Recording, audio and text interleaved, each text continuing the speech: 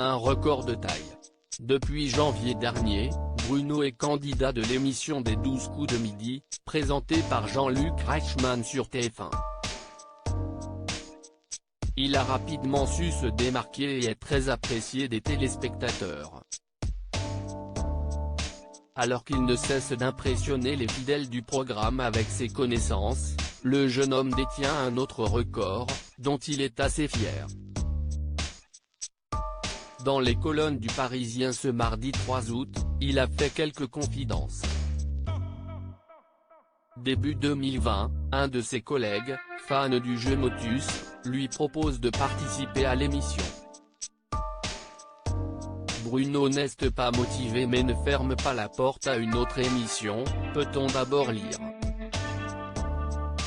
Quelques semaines plus tard, tous deux participent à Personne n'y avait pensé avec Cyril Ferraud sur France 3. Après cette participation, les deux amis battent le record de gains, avec 12 500 €. Si est une fierté. Bon, après, l'argent et la durée ne sont pas les mêmes que sur TF1, s'est-il amusé. Cette passion pour les jeux de culture générale ne date pas d'hier. À Noël, la tradition était de faire des Trivial Pursuit en famille, s'est-il d'abord souvenu avant d'ajouter, et, avec un cousin, on jouait sur des applications de quiz en direct. J'ai toujours été très curieux avec, je pense, une assez bonne mémoire et je déteste ne pas savoir de quoi quelqu'un parle, a-t-il conclu. Une curiosité qui lui permet de s'imposer dans l'émission de Jean-Luc Reichmann. Il ne connaissait pas. Aujourd'hui, Bruno fait partie des meilleurs candidats de l'émission des 12 coups de midi. Il ne cesse de remporter les étoiles mystérieuses, parfois avec très peu d'indices et sa cagnotte augmente au quotidien.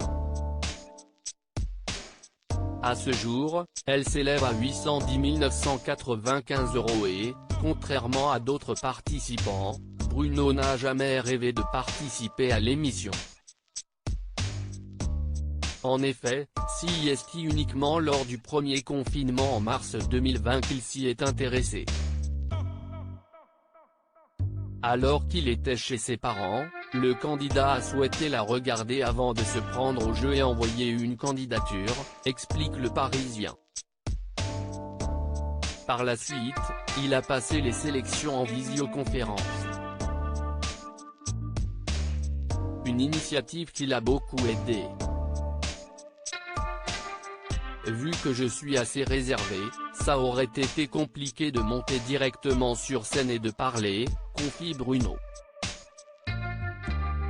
Rapidement rappelé par la production, il a pu débuter les tournages et les téléspectateurs ont fait sa connaissance en janvier 2021. Si ses débuts n'ont pas été de tout repos, le jeune homme a finalement su trouver ses marques. Au début, j'étais un peu observateur puis j'ai pris mes repères. Je me suis finalement senti à l'aise et je me suis ouvert, précise-t-il. Très apprécié, il reçoit très souvent des messages sur ses réseaux sociaux. Tant que ça reste bienveillant, ça me va, conclut-il. Bruno, que fait-il de l'argent qu'il reçoit? Depuis plusieurs mois, Bruno enchaîne les participations et sa cagnotte ne cesse d'augmenter. Toutefois, hors de question pour lui de faire des folies. J'ai organisé un voyage à Orlando, aux États-Unis, dans plusieurs parcs d'attractions. Celui-ci est prévu en octobre avec mon cousin et la conjointe de celui-ci, explique le candidat. Ce ne sont pas des trucs de fou mais, cette fois, je ne me suis pas amusé à tirer les prix vers le bas. Comparé à ce que j'ai gagné, je n'ai dépensé qu'une toute petite partie, poursuit-il.